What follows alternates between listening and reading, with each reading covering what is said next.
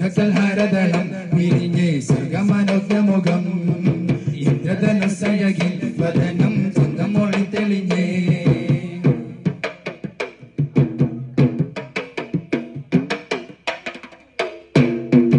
സർവം സഹരണ്ടുലകത്തിലും കണ്ടജപറ്റ നിലാവേ